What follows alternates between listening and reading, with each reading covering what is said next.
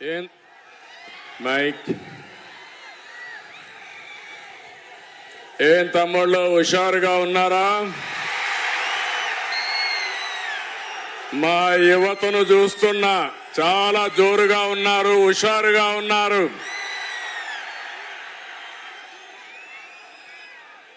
గౌరవనీయులు power star మిత్రులు, మీరు అభిమానించే నాయకుడు, జనసేన అధినేత పవన్ కళ్యాణ్ గారు,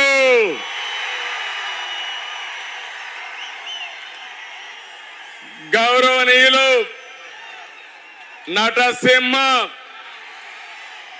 బాలకృష్ణ గారు, తెలుగుదేశం జనసేన వేదిక పైన అగ్రనాయకత్వం అంతా ఉన్నారు. ఆ నాయకత్వానికి నా ముందర మిమ్మల్ని చూస్తా ఉంటే కొండనైనా బద్దలు చేస్తామనే ధైర్యం ఇచ్చినటువంటి తెలుగుదేశం జనసేన సైనికులందరికీ అభినందనలు, శుభాభినందనలు. తెలుగు జన విజయకేతనం జెండా సభ ఇది.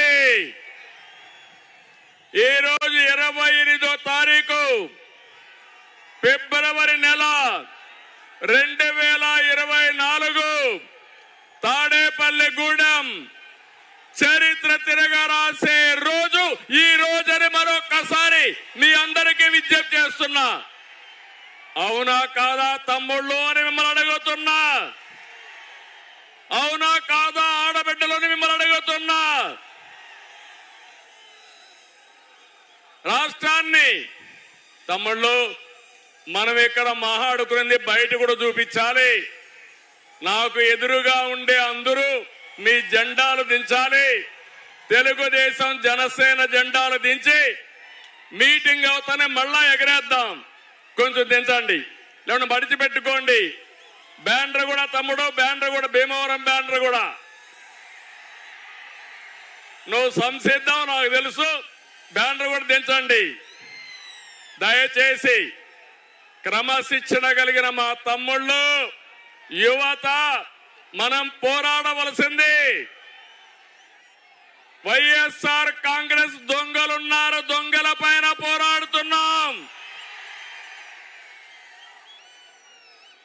రాష్ట్రాన్ని కాపాడుకోవడం కోసం రెండు పార్టీలు కలిసిన తర్వాత జరుగుతున్న మొదటి ఎన్నికల ప్రచార సభ ఇది. ఈ సభ ఆంధ్రప్రదేశ్ రాష్ట్రం యొక్క దశ దిశ మార్చబోతుంది. అహంకారంతో రాష్ట్రాన్ని విధ్వంసం చేసిన పాలకుల్ని తరిమి తరిమి కొట్టడానికి ప్రజలు సిద్ధంగా ఉన్నారు. ఈ తాడేపల్లిగూడెం సభ చూస్తే తాడేపల్లి ప్యాలెస్ కంపించిపోతుంది. అవునా కాదా అని మిమ్మల్ని అడుగుతున్నా. ఈ సభ స్పందన శుభ సూచకం. త్వరలో రాష్ట్రానికి మళ్ళీ నవోదయం అది జరుగుతుంది. వచ్చే ఎన్నికలు రాష్ట్రానికి అత్యంత కీలకం. అందుకే రెండు పార్టీలు కలిసి బరిలో దిగాయి. మేము చేతులు కలిపింది మా కోసం కాదు, మా పార్టీల అధికారం కోసం కాదు, నా కోసమో పవన్ కళ్యాణ్ గారికి అధికారం కోసం కాదని మరొకసారి మీ అందరికీ విజ్ఞప్తి చేస్తున్నాను. మేము చేతులు కలిపింది రాష్ట్రం కోసం, 5 కోట్ల భవిష్యత్తు కోసం. ఇక్కడుండే యువత, విద్యార్థులు, పుట్టిన బిడ్డల కోసం, పుట్టబోయే బిడ్డల కోసం, వారి భవిష్యత్తు కోసం మేము కలిశామని చెప్పి కూడా నేను మీకు తెలియజేస్తున్నా. విధ్వంసమైన రాష్ట్రాన్ని నిలబెట్టడానికి చేతులు కలిపాం.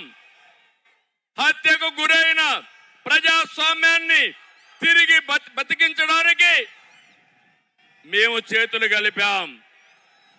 దెబ్బతిన్న రైతాంగం కోసం, మీ బిడ్డల ఉద్యోగాల కోసం కలిసి బరిలో దిగాం.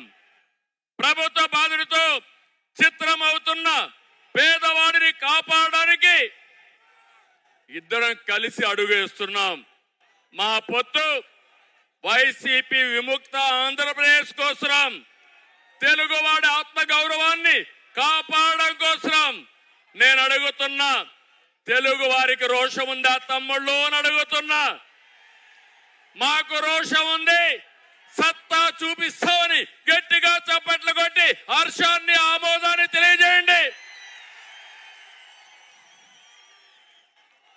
ఒక వ్యక్తి అహంకారం వల్ల జరిగిన నష్టాన్ని ఒక సీనియర్ నేతగా నేను చూస్తూ ఊరుకొండలేను. అదే సమయంలో ప్రశ్నించే, ఎదిరించే తత్వం ఉన్న పవన్ కళ్యాణ్ కూడా మౌనంగా ఉండలేరని మరొకసారి మీకు విజ్ఞప్తి చేస్తున్నా. అందుకే ఇది ప్రజలు కుదిర్చిన పొత్తు, జనం కోరుకున్న పొత్తు, రాష్ట్రంలో వెలుగు నింపే పొత్తు. అవునంటే గట్టిగా ఆమోదం తెలియజేయండి. రాష్ట్ర పునర్నిర్మాణం కోసం మాతో చేతులు కలపండి, మాతో అడుగేయండి మనస్ఫూర్తిగా మిమ్మల్ని అందరినీ కోరుకుంటున్నా. అదే సమయంలో మీరు ఒక్కసారి చూస్తే రాష్ట్ర పరిస్థితి అందరం అర్థం చేసుకోవాలి. 2014 గతాన్ని ఒకసారి నెమరు వేసుకుని భవిష్యత్తుకు నాంది పలకాల్సిన బాధ్యత మనందరికీ ఉంది. 2014 ఏ విధంగా ఉందో ఒక్కసారి మీరు ఆలోచిస్తే, విభజన జరిగింది, హేతుబద్ధత లేదు. కానీ ఆ రోజు మీరు చూస్తే పవన్ కళ్యాణ్ గారు ఎన్నికల ముందే ఇప్పుడు నేను పోటీ చేయడం కాదు, రాష్ట్రాన్ని కాపాడుకోవాలి కాబట్టి తెలుగుదేశం బీజేపీ ప్రభుత్వానికి సమర్థిస్తామని స్వచ్ఛందంగా ముందుకొచ్చిన వ్యక్తి పవన్ కళ్యాణ్ గారిని మరొకసారి విజ్ఞప్తి చేస్తున్నా. అక్కడి నుంచి మేము అధికారాన్ని ఒక బాధ్యతగా తీసుకున్నాం. ప్రతి క్షణం రాష్ట్రం కోసం ఆలోచించాం. నాడు మీరిచ్చిన అధికారంతో ఆర్థిక కష్టాలున్న రాష్ట్రం, రాజధాని లేని రాష్ట్రం, పరిపాలన అస్తవ్యస్తంగా ఉన్న రాష్ట్రం, అవన్నీ కూడా అంచెలంచెలుగా ఏం చేయాలని ఆలోచించాం. అయితే ప్రజలందరూ కూడా ఒక షాక్ లో ఉన్నారు. విభజన జరిగింది, హైదరాబాద్ నగరం పోయింది, మాకు పింఛన్లైనా ఇవ్వగలుగుతారా, రాష్ట్ర భవిష్యత్తు ఉంటుందా అని ఆలోచించే సమయంలో ఆ రోజు అనేక కార్యక్రమాలు చేశాం. ఒక విషయం ఇక్కడ గుర్తుపెట్టుకోవాలి, ఆంధ్ర రాష్ట్రంలో అన్ని వనరులు ఉన్నాయి. యువత ప్రపంచాన్ని జయించే శక్తి తెలుగు తమ్ముళ్లకు ఉంది, అది ఆంధ్రప్రదేశ్ సొంతమని యువతకు విజ్ఞప్తి చేస్తున్నా. అదే కాదు, సమర్థవంతమైన ప్రజలున్నారు, పోలవరం లాంటి నదులున్నాయి, ఇంకో పక్క సముద్ర తీరం ఉంది, బంగారు పండించే భూములున్నాయి, పండే భూములున్నాయి. అన్నదాతగా, అన్నపూర్ణగా ఆంధ్రప్రదేశ్ పేరు వచ్చిందంటే గోదావరి డెల్టా, కృష్ణా డెల్టాలే కారణం అని చెప్పి కూడా నేను మీకు తెలియజేస్తున్నా. అలాంటి రాష్ట్రాన్ని బాగు చేయాలనే సంకల్పంతో మేము ముందుకు పోయాం. ఆ రోజు 2029కి విజన్ డాక్యుమెంట్ తయారు చేశాం. అమరావతి హైదరాబాద్ కంటే మిన్నగా ఒక రాజధాని ఉండాలని, ప్రపంచమే గుర్తించే విధంగా చేయాలని ఆ రోజు రూపకల్పన చేశాం. పోలవరం పూర్తి చేసి రాష్ట్రంలో ప్రతి ఒక్క ఎకరాకు నీళ్లు ఇవ్వాలని ఒక ఉన్నతమైన సంకల్పంతో ముందుకు పోయాం. కానీ మీరు చూస్తే కేంద్రం నుంచి 11 విద్యా సంస్థల్ని, ఐఐటి గాని, ఐఐఎం గాని, సెంట్రల్ యూనివర్సిటీ గాని, all India institution of medical science కానీ ఇవన్నీ తీసుకొచ్చాం. అదే మాదిరిగా ఆ రోజు మీరు చూస్తే ఢిల్లీకి వెళితే రాష్ట్రం కోసం వెళ్ళాం, ప్రాజెక్టుల కోసం వెళ్ళాం.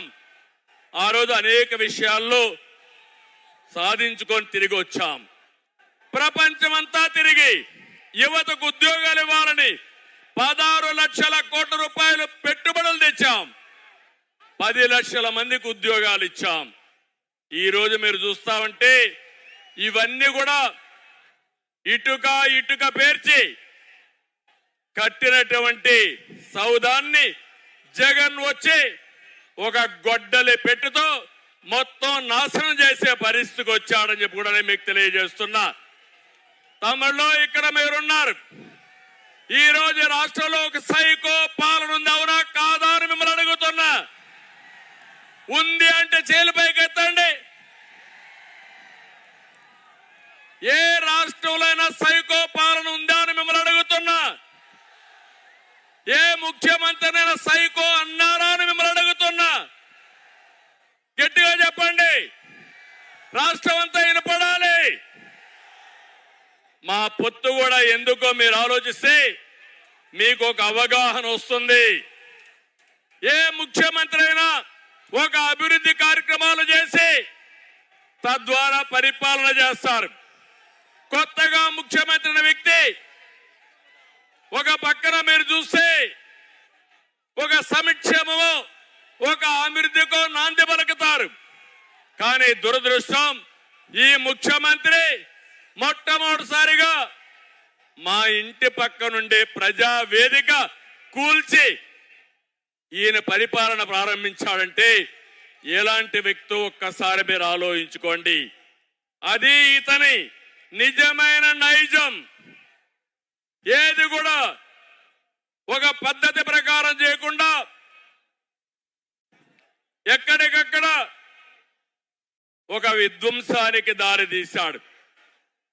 ఒక పక్కన మీరు చూస్తే మీడియాని కంట్రోల్ చేయడం కోసం, ప్రతిపక్షాలని కంట్రోల్ చేయడం కోసం, మమ్మల్ని తిరగనీయకుండా చేయడం కోసం జీవో నెంబర్ 1 తీసుకొచ్చాడు. నియంత్రణ పెట్టాడు, మీటింగ్లు అడ్డుకున్నాడు, ప్రజాస్వామ్యాన్ని అపహాస్యం చేశాడు. అది తీసుకొచ్చి ఈ నిష్ట ప్రకారం ఎన్నికల ముందు ముద్దులు పెట్టిన ముఖ్యమంత్రి ఎన్నికల తర్వాత మీడియా పైన అందరి పైన పిడిగుద్దులు గుద్దే పరిస్థితికి వచ్చాడంటే ఇది ఇతని స్వభావం. అదే అహంకారం ఇతనికి.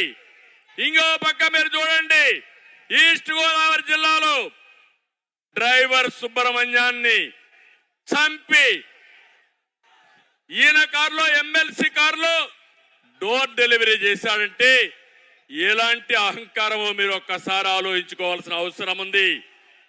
అన్నా క్యాంటీన్ పెడితే 5 రూపాయలకే ఒక పూట తిండి పెడితే అలాంటి అన్నా క్యాంటీన్ని మూసేయడమే కాదు, అన్నా క్యాంటీన్ ద్వారా అన్నం పెట్టకూడదన్న దుర్మార్గుడు. అలాంటి వాడిని మీరు చూస్తే ఇది ఒక పెత్తందారీ వ్యవస్థకు నిదర్శనం అని చెప్పి కూడా నేను మీకు తెలియజేస్తున్నా. రాజధానిని అడ్డుకున్నారని ఆ రాజధాని మీద శాసన మండలిలో బిల్లు పాస్ చేశారని శాసన మండలి రద్దు చేయాలని పోయాడంటే ఎంత అధికార దుర్వినియోగం మీరు ఆలోచించుకోవాల్సిన అవసరం ఉంది. మాస్క్ అడిగిన దళిత డాక్టర్ సుధాకర్ ని పిచ్చోడిని చేసి చంపేశారు. ఇది అతని అరాచకానికి పరాకాష్ట అని చెప్పి కూడా నేను మీకు తెలియజేస్తున్నా. రాజధానిలో విట్ ఉంటే, ఎస్ఆర్ఎం ఉంటే, అమృత లాంటి యూనివర్సిటీ ఉంటే 15,000 మంది బయట వాళ్ళు వచ్చి చదువుకునే పరిస్థితి క్రియేట్ చేసి అవన్నీ తెలుగుదేశం పార్టీ పెట్టారనే దురుద్దేశంతో రోడ్లు కూడా వేయకుండా, నీళ్లు కూడా ఇవ్వకుండా, కడాన మట్టి కూడా రోడ్డు మీద ఉంటే తవ్వకపోయిన దుర్మార్గులు అని చెప్పి నేను మీకు తెలియజేస్తున్నా. అది మూర్ఖత్వం. ఇంకో పక్క నిన్నే చూశారు, international cricket player Hanuma Vihari YCP వేధింపులు తట్టుకోలేక పారిపోయాడంటే ఎంత టెర్రరిజమో ఒక్కసారి మీరు గుర్తుపెట్టుకోవాల్సిన అవసరం ఉంది. కడాన మీరు ఒక్కసారి ఆలోచిస్తే తన సొంత చెల్లెలు ఆస్తి తగాదాలు ప్యాలెస్ తగాదాలు విభేదించి వేరే పార్టీలో చేరితే ఆవిడ యొక్క పుట్టుక పైన చెల్లెల పైన తల్లి పైన సోషల్ మీడియాలో పోస్టింగ్స్ పెట్టాడంటే ఎలాంటి వ్యక్తో ఒకసారి మీరు ఆలోచించుకోవాలి. ఇది యొక్క ముఖ్యమంత్రి యొక్క మానసిక స్థితికి నిదర్శనం. ఇక్కడే పవన్ కళ్యాణ్ గారు ఉన్నారు. ఇప్పటంలో మీటింగ్ పెట్టారు, సభకు స్థలం ఇచ్చారు. సభకు స్థలం ఇస్తే ఆ కసితో రోడ్డు వెడల్పు పేరుతో ప్రొక్లైన్లు తీసుకుపోయి ఎక్కడికక్కడ ఇండ్లన్నీ కూలగొట్టాడంటే అది ముఖ్యమంత్రి యొక్క విధానం. నాకు ఒక విషయం గుర్తొస్తుంది. నేను ముఖ్యమంత్రిగా ఉన్నప్పుడు తిరుపతిలో ఒక సంఘటన జరిగింది. ఇది యథార్థ కాదా మీరందరూ అర్థం చేసుకోవాల్సిన అవసరం ఉంది. ఒక వ్యక్తి ప్రతిరోజు ఆడవాళ్ళని చంపేసేవాడు. ఎవరైతే ఒంటరిగా పశువులు మేపుతా ఉంటే, ఎవరైతే ఇంట్లో ఒంటరిగా పడుకుంటే అక్కడికి పోయి క్రూరంగా రాళ్లతో కొట్టి చంపేసేవాడు. నేను ముఖ్యమంత్రిగా పోలీసులను అడిగాను, ఎందుకు జరుగుతున్నాయని అడిగాను. ఇమీడియట్ గా పట్టుకోమని ఆదేశాలు ఇచ్చాను, చేయలేకపోయారు. తర్వాత అన్ని కూడా ఎంక్వైరీ చేసి పట్టుకుంటే ఒక వ్యక్తి ఒక నేరాలు చేసి జైలుకు పోయి వచ్చిన వ్యక్తి ఎక్కడికక్కడ హత్యలు చేసే పరిస్థితికి వచ్చాడు. అతనికి ఎక్కడో మహిళల పైన ద్వేషం వచ్చింది. ఆ ద్వేషంతో మహిళల్ని చంపడమే పనిగా పెట్టుకుని 40 మందిని చంపేశారు. ఆ తర్వాత అతను పట్టుకొచ్చి పోలీస్ స్టేషన్ లో పెట్టి జైల్లో పెట్టి కేసులు ఎంక్వైరీ అవుతా ఉంటే రాజంపేట నుంచి వస్తూ ఎన్కౌంటర్ లో చనిపోయే పరిస్థితికి వచ్చాడు. నేను ఒకటే చెప్తున్నా, ఆ కేసుకు ఈ కేసుకు ఒకసారి చూస్తే ఈ ముఖ్యమంత్రి ఈ రాష్ట్రాన్ని సర్వనాశనం చేయడం కోసం ఆయనకు డబ్బులు కావాలి, రాజకీయ వ్యాపారం. దీనికి అడ్డొస్తే చంద్రబాబు లెక్కలేదు, పవన్ కళ్యాణ్ లెక్కలేదు, వేదిక పైన లెక్కలేదు, మీరు లెక్కలేదు. అందరినీ అణిచివేయడమే ఆదేశంగా పెట్టుకుని ముందుకు పోయే పరిస్థితికి వచ్చాడు. నేను అందుకే మిమ్మల్ని అందరినీ కోరుతున్నా, ఈ రోజు మనందరి పైన ఒక పవిత్రమైన బాధ్యత ఉంది. వైఎస్ఆర్ కాంగ్రెస్ పార్టీని చిత్తుగా ఓడించి సైకో నుంచి రాష్ట్రాన్ని విముక్తి చేయాలి. సిద్ధమా తమ్ముళ్ళు అని మిమ్మల్ని అడుగుతున్నా, సిద్ధమా అని మిమ్మల్ని అడుగుతున్నా. ఈరోజు మీరు చూస్తే జగన్ విధ్వంసం అరాచకాలను పరిస్థితి దాడులు కేసులు ఇవన్నీ పెట్టే పరిస్థితికి వచ్చారు. ఇంకో పక్కన ఈరోజు మీరు ఒకసారి చూస్తే ఒక్క విషయం ఈ తాడేపల్లిగూడెం సభలో చెప్పాలనుకుంటున్నాను. ఈ రాష్ట్రాన్ని ముఖ్యమంత్రి జగన్మోహన్ రెడ్డి రాష్ట్రంగా చూడడం లేదు, రాష్ట్రంలో ప్రజలున్నారన్న ఆలోచన లేదు. రాష్ట్రాన్ని కులాల మధ్య, ప్రాంతాల మధ్య, వర్గాల మధ్య విభజించి ఆయన అధికారం కోసం సర్వనాశనం చేయాలని ఆలోచిస్తున్నాడు. నేను ఒకటే మిమ్మల్ని కోరుతున్నాను, కులాలు కూడుబెట్టవు. మంచి పాలకులు, మంచి ప్రభుత్వం మాత్రమే మన జీవితాలను మారుస్తున్నాయి. అట్లా కాకుండా ఒక చెడు వ్యక్తి వస్తే ఆ కులం వాళ్ళు కూడా సర్వనాశనం అయ్యే పరిస్థితికి వస్తారు. ఈ విషయం మీరు గుర్తుపెట్టుకోండి. అందుకే ఈరోజు మేము ఒకటే కోరుతున్నాం, ఆంధ్రప్రదేశ్ అంటే ఒక మంచి రాష్ట్రం. నా ఆలోచన, మిత్రులు పవన్ కళ్యాణ్ గారి ఆలోచన, తెలుగు జాతిని ప్రపంచంలోనే నెంబర్ 1 కమ్యూనిటీగా తయారు చేయాలనేది మా సంకల్పం. దీనికి మీరు సిద్ధంగా ఉండాలని మిమ్మల్ని అందరినీ కోరుకుంటున్నా. ఈరోజు మేమిద్దరం కలిసి పొత్తులు పెట్టుకున్నాం. మాకు ఏమి భేషజాలు లేవు. ఈ రాష్ట్రాన్ని కాపాడడం కోసం అవసరమైతే ఎలాంటి త్యాగాలు చేయడానికైనా మేము సిద్ధంగా ఉన్నామని మరొకసారి విజ్ఞప్తి చేస్తున్నా. ఏం తమ్ముళ్ళో మీరు సిద్ధమా అని మిమ్మల్ని అడుగుతున్నా. టీవీలు చూసే ఆడబిడ్డలో మీరు సిద్ధమా అని మిమ్మల్ని అడుగుతున్నా. ఇంకో పక్క ఎన్ని విధాలుగా ప్రయత్నం చేశారు పవన్ కళ్యాణ్ గారి మీద. విమానంలో వస్తే వీళ్ళబ్బ సొత్తు మారిగా విమానాశ్రయానికి రావడానికి వీలు లేదంట. విశాఖపట్నంలో వీధుల్లో తిరుగుతా ఉంటే తిరగకూడదని ఆయన్ని హోటల్లో కట్టడి చేసే పరిస్థితికి వచ్చారు. కడాన అహంభావం ఎంతవరకు వెళ్ళిందంటే సినీ ప్రముఖులు కూడా శాసించే పరిస్థితికి వెళ్లారు. సినిమా టికెట్ల పేరుతో మహానటుడు చిరంజీవిని, మహాదర్శకుడు రాజమౌళిని అవమానించే స్టేజ్కి వెళ్లారు. నేను బాధపడ్డా, చాలా వరకు నొచ్చుకున్నా. జీవితంలో ఇలాంటి జరగకూడదు అనుకున్నా, అలాంటి జరిగే పరిస్థితి వచ్చింది. అందుకే నేను మిమ్మల్ని అందరినీ ఒకే విషయం అడుగుతున్నా. వై నాట్ 175 అంటున్నాడు జగన్. మేము అడుగుతున్నాం, ఏమి పొడిచావని నీకు ఓటేయాలి. వై నాట్ 75 కాదు, వై నాట్ జాబ్ క్యాలెండర్? సమాధానం చెప్పు. Why not DSC? Why not ఉచిత ఇసుక?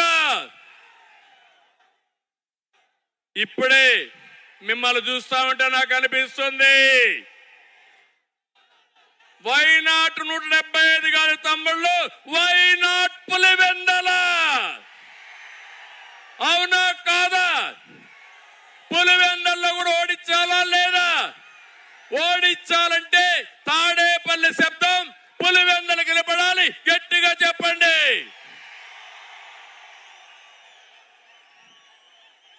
నేను ఒకటే చెప్తున్నా, ఇవన్నీ వదిలిపెట్టు జగన్మోహన్ రెడ్డి. ఊ కిల్డ్ బాబాయ్? ఊ కిల్డ్ బాబాయ్? సమాధానం చెప్పమని సవాలు విసురుతున్నా. న్యాయమవునా కాదా యువత? తమ్ముళ్ళు, ఇంకో పక్క జగన్ ఒక బ్లఫ్ మాస్టర్. అవునా కదా? బ్లఫ్ మాస్టర్ అవునా కాదా? మామూలుగా బ్లఫ్ మాస్టర్ అంటే అబద్ధాలు పదే పదే చెప్పడం, రెండో చేయని పనుల్ని చేసినట్టు చెప్పుకోవడం. ఇది చేసే వ్యక్తుల్ని బ్లఫ్ మాస్టర్ అంటారు. ఒకప్పుడు నేను చూశాను ఊరల్లో కణికట్టు కట్టేవాళ్ళు. కణికట్టు అంటే ఉన్నది లేని పదే పదే చెప్పి మనల్ని నమ్మించాలని ప్రయత్నం చేసేవారు. అలాంటి వ్యక్తి జగన్మోహన్ రెడ్డి. నేను అడుగుతున్నా, 25 మంది ఎంపీలు ఇస్తే ప్రత్యేక హోదా తెస్తా అన్నావు, తెచ్చారా అని అడుగుతున్నా. మద్యపాన నిషేధం చేస్తా ఉన్నావు, చేశావా అని అడుగుతున్నా. సిపిఎస్ రద్దు చేస్తా అన్నాడు, చేశాడా అని నేను అడుగుతున్నా. నిన్ననే కుప్పం చూశారు తమ్ముళ్ళు, పేపర్లో వచ్చింది. నా నియోజకవర్గం 35 ఏళ్లుగా ఎమ్మెల్యేగా ఉన్నా, అక్కడ ముఖ్యమంత్రిగా ఉన్నా. కుప్పానికి నీళ్లని ఈ ముఖ్యమంత్రి నాటకాలు వేశాడు. నేరుగా కుప్పం వెళ్ళాడు, ట్యాంకర్లో నీళ్లు తీసుకుపోయాడు, కాలువలో నీళ్లు పెట్టాడు. అక్కడి నుంచి మీరు చూస్తే కొత్తగా గేట్లు తీసుకుపోయాడు. ఇవి చూస్తే మా పవన్ కళ్యాణ్ గారు కానీ మా జయకృష్ణ ఏ మాత్రం లాభం లేదు. సినిమా సెట్టింగ్ వేశాడు, నీళ్లు వదిలిపెట్టాడు, సాయంత్రం వదిలిపెట్టి వచ్చాడు. తెల్లవారితో నీళ్లు లేవు, అక్కడ గేట్లు పెట్టాడు. ఉదయం 11:30 గంటలకు గేట్లు పెట్టి తర్వాత రోజున 10:30 గంటలంటే 23 గంటల్లో సినిమా సెట్టింగ్లు కూడా తీసుకొని వెళ్లిపోయే పరిస్థితికి వచ్చారు. ఇది ముఖ్యమంత్రి విశ్వసనీయత. నేను చెప్తున్నా, నేను మొన్నే పిలిపించా, నా నియోజకవర్గం ప్రజలకు విజ్ఞప్తి చేశా, 1,00,000 ఓట్ల లక్ష్యంగా బాబుకు సహకరించమని ఒక పిలుపిచ్చా. ఈరోజు ఇక్కడ చెప్తున్నా, జగన్మోహన్ రెడ్డి నా నియోజకవర్గంలో 1,00,000 మెజారిటీ వస్తాయి, నీ నాటకాలు ఎవ్వరూ పట్టించుకోరని మరొకసారి తెలియజేస్తున్నా. తమిళు ఇంకో పక్క ఒక ఫ్లాప్ సినిమా జగన్ది. 2019లో అధికారం కోసం పాదయాత్ర చేశాడు, జ్ఞాపకం ఉందా అని మిమ్మల్ని అడుగుతున్నా. నేను గాని అనుకోనంటే పాదయాత్ర చేసేవాడా అని మిమ్మల్ని అడుగుతున్నా. నాకు ఒక్క అవకాశం ఇవ్వండి అని బుగ్గలని మీరాడు, జ్ఞాపకం ఉందా అని అడుగుతున్నా. ముద్దులు పెట్టాడు, జ్ఞాపకం ఉందా అని అడుగుతున్నా. ఇవన్నీ కూడా పెట్టి పెద్ద పెద్ద ట్రైలర్స్ రిలీజ్ చేశాడు. మీరు అనుకున్నారు బాహుబలి సినిమా చూపిస్తాడని చెప్పి అనుకున్నారు. 5 ఏళ్లు పరిపాలన చూశారు,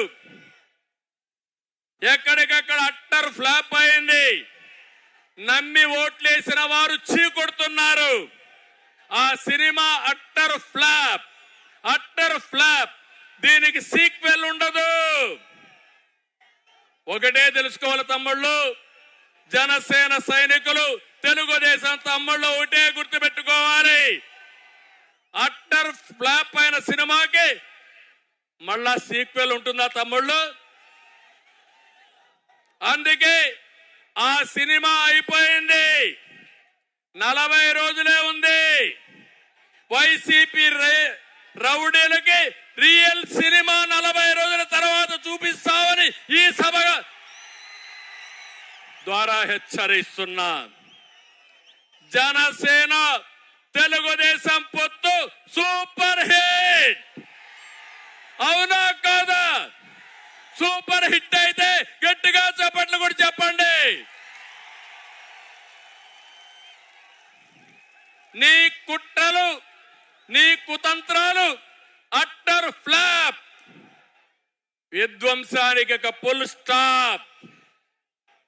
అందుకే TDP Janasena winning team, YSR Congress party cheating team, అవునా కాదా? తెలుగుదేశం జనసేన గట్టిగా చెప్పాలి, విన్నింగ్ టీం అని. Telugu Desam Janasena, YSR Congress party cheating team, YSR Congress party. ఒకటే గుర్తుపెట్టుకోండి, ప్రశాంతమైన రాష్ట్రంలో హింస, దాడులు, కేసులతో జగన్ అగ్గిరాజేశాడు. అంతటా అశాంతి, ప్రతి ఒక్కరిలో కోపం, ఆవేశం ఉన్నాయి. ఇప్పుడు అదే అగ్గితో మా తమ్ముళ్ళందరూ తెలుగుదేశం జనసేన తమ్ముళ్ళు వైఎస్ఆర్ కాంగ్రెస్ పార్టీని తగలబెట్టడానికి సిద్ధంగా ఉన్నారు. దీనికి వాయువు కూడా తోడైంది. ఎవరు తమ్ముళ్ళు ఆ వాయువు? ఎవరా వాయువు? పవన్ కళ్యాణ్ గారు.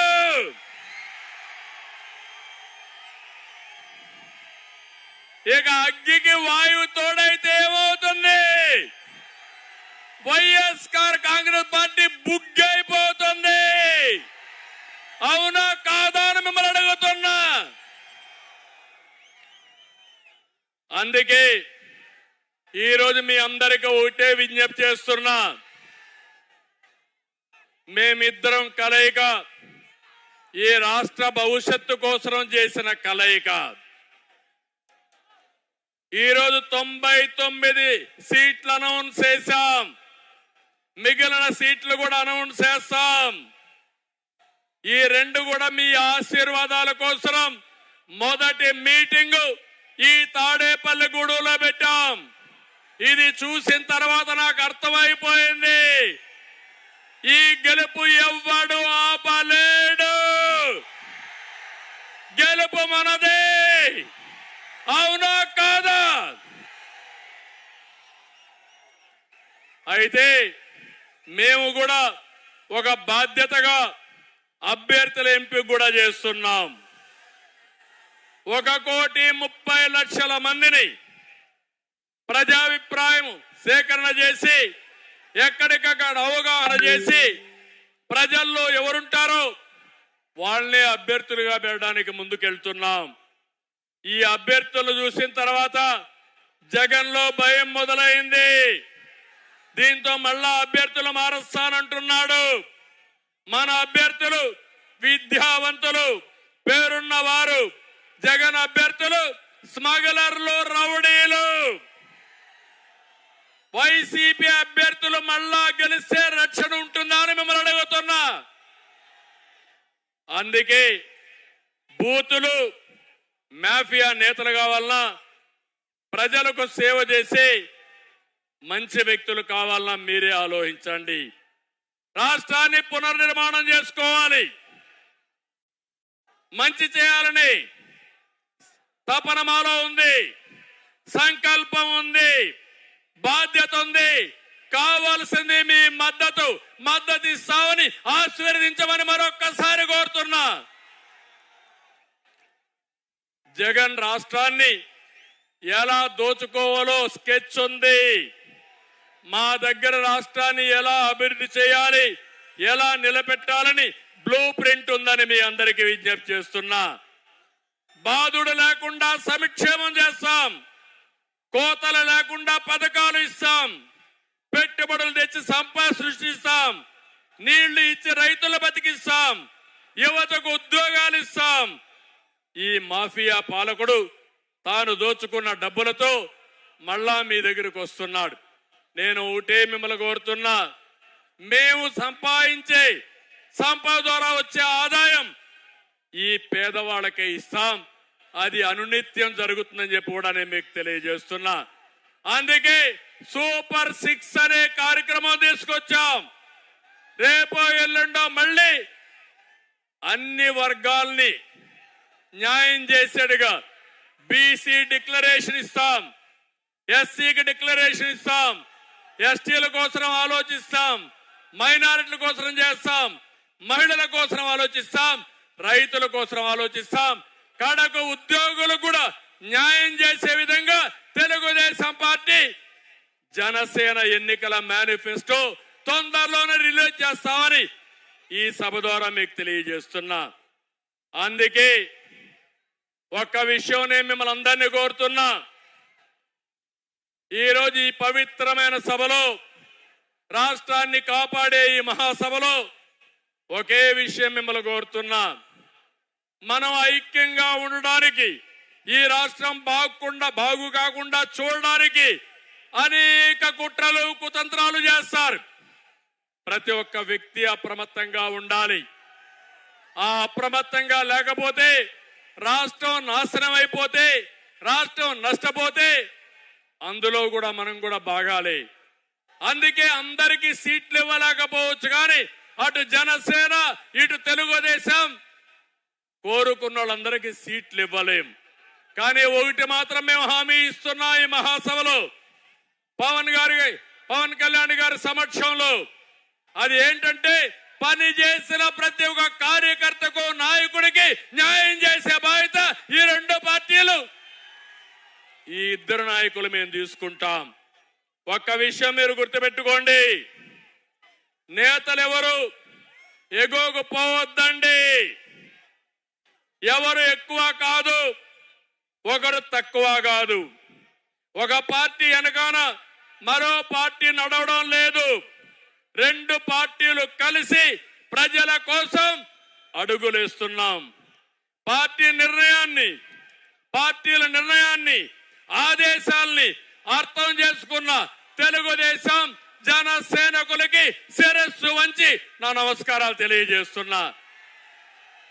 ఈ విషయం ప్రతి ఒక్కరూ అర్థం చేసుకోవాల్సిన అవసరం ఉంది. ఒక అనుభవంతో చెప్తున్నా, రాష్ట్రానికి న్యాయం చేయాలనే సంకల్పంతో పవన్ కళ్యాణ్ గారు, నేను ఈ మహా ఉద్యమానికి శ్రీకారం చుట్టామని చెప్పి కూడా నేను మీకు తెలియజేస్తున్నా.